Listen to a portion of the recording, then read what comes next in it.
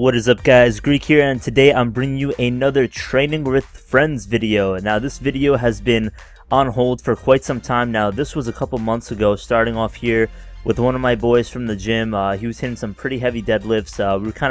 He was kind of challenging me, and I was challenging him. He weighs, I'd like to say, about 180, 190, and he tried to put up 500 right here. And I don't know if he's ever attempted it, but he was fatigued too. This was like right after a workout, and he didn't lock it out, but he managed to lift up 500. So respect to him. That was pretty impressive. Now we have another day here where I've got 3 of my friends here at my school's gym, and we're doing some close grip bench. We actually hit a lot more sets before this, but I didn't manage to record it. And here we're training one of our friends, and this is a pretty heavy weight for him. He's not really used to doing close grip bench in general, but we tried to make him, you know, kind of surpass his limit and push even further than he has before, because, you know, if you have a spotter there, why not give it a try? So now we moved on to some tricep extensions here. Basically this day was a push day. So we worked the triceps, chest, all those good show muscles. Did some bent over extensions right here too. I think I get in on the action, as we have Dean over here dancing to the music, putting on a show for us. Thank you, Dean. I'm sure my subscribers will appreciate that. And I get in on this action just a little bit. Look at those striations. God, I feel like the Hodge twins or something. So we're doing some of these. I'm cheating a little bit just to pump out a couple more reps, you know, because why not? You got to get as many gains as you can out of every exercise. Like you're here and you're trying to pull from here. That's more for like a squat. You want to stay a little bit more upright. So when you're here, the max, you shouldn't really get to 90 degrees.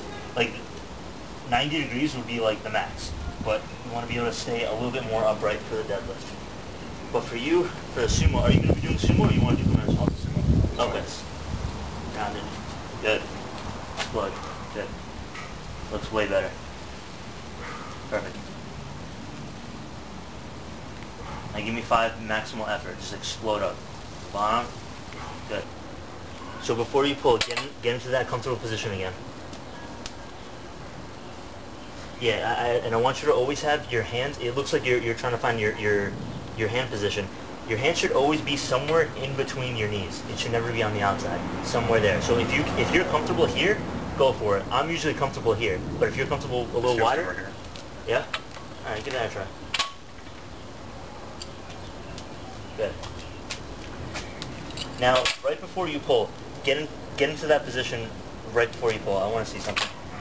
Right there. Try and drop your butt down lower. Yeah, you're way up. There you go. Perfect. That's how I want you to pull.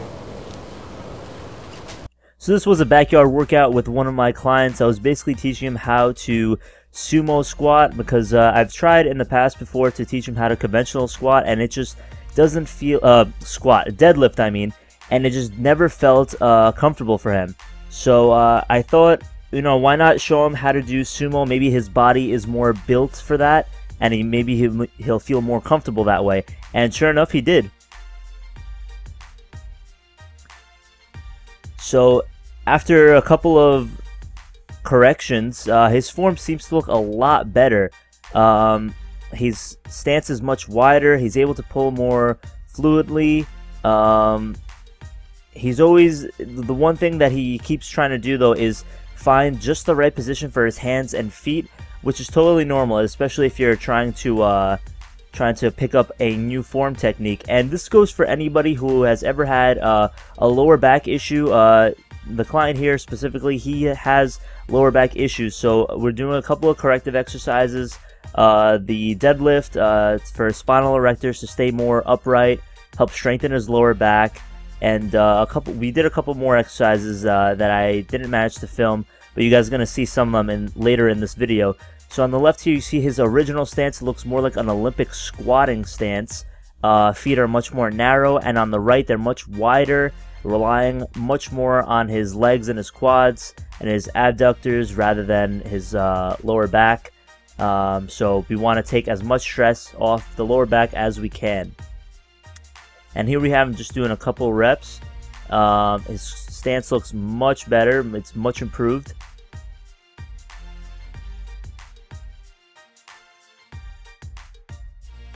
I had a lighter bar. Actually, I might have a broomstick we might try with. There we go, just like that. And raise up. This, just squatting down. You see how I'm kind of coming back like this? Yeah, your arms are like butterfly down. Yeah. Right there. It's a little hot. Yeah, let's try that. So raise it up. Right there. Okay.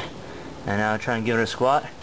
Try and keep those shoulders locked out. Good. Keep them back. Perfect. There you go. Good. There you go. Abduct the legs too. So right there and push out. Good.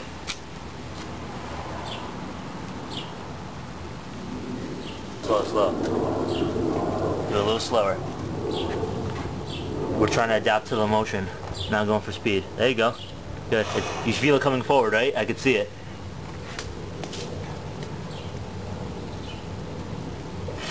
Good, nice. Give me 2 more. Alright, 1 more. You got this. Good. That's not how you do it. You want to kind of sit into it, ease into the motion. So if I'm here, I'm not in a prime position to lift it yet. What I want to do first is get into my comfortable position. And you see how my arms are loose now? Yeah. And my knees aren't bent yet to the point where I can lift this. So I'm going to bend my knees. Now my arms are very tight. Now I'm in the position. So I'm sitting into it. There's no slack in the bars. And you could notice too, if this bar is super stiff, so you can't notice it. But there's other bars that are longer and skinnier that you can just rip them. Like powerlifters, if they do this, just get into their position, you see the bar flex. If you see the bar flex or the weights kind of move up a little bit, then you know you're ready. So, oh, I get what you mean. I go like this, then I rip it. I see what you mean, yeah. Exactly. Yeah. So what you guys just saw was me teaching the client how to basically take the slack out of the bar. There's many other YouTubers that have discussed this, but even before watching their videos, it just came naturally to me. It's common sense. Anytime you want to lift the bar off the ground, you want to rip it. You don't want there to be any slack in your arms. You don't want to have loose arms. None of your muscles should be loose at that moment. Everything should be tight, core tight, arms locked out, glutes tight, legs, hamstrings, chest upright, everything needs to be tight.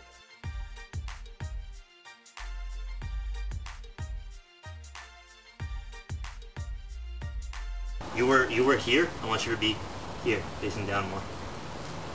There you go, good. Position. Yep. Pick it up just like that. Perfect. Textbook. Do them all like that. So come down the same way or just... Yep. Same way. Good. That was perfect. You got it. Feel lower back hamstrings. A little bit. There you go.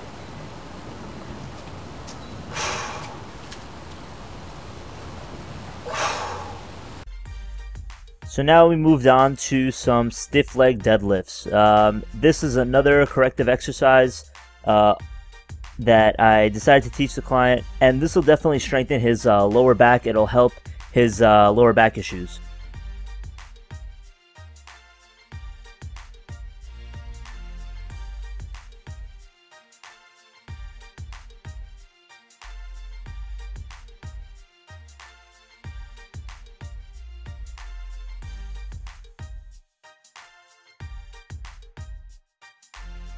So what I've been doing lately a lot is, instead of being parallel to the ground, I'm a little more upright. So I'm like this, and I'm bringing it below my midsection, right on like my lower abs, right here. And the thing is too, the motion that I'm making, normally if I'm doing a row, like a conventional row, like I said, I'd be almost parallel to the ground, and I bring it straight up. It's just an up and down motion. The way I'm doing it now to hit more lats, up like this, and I'm making a curved pattern. So instead of going straight here, I'm kind of making a C. I got you. Like that. It'll be better. And the last exercise that I wanted to show the client was an upright row, but one that focuses a little bit more on the lats. Because if I have him bent over to the point where his chest is parallel to the ground, it's going to cause a lot more stress on his lower back, and we don't want that. I'm trying to avoid that as much as possible, any stress on the lower back. And another thing we even discussed was going over high bar squatting, and high bar squatting requires very little flex in the hips, therefore there's not so much stress on the lower back. So I told him to, in order to strengthen his lower, well, not to strengthen his lower back, but basically fix his posture and relieve some of his lower back issues, we worked on some of that as well.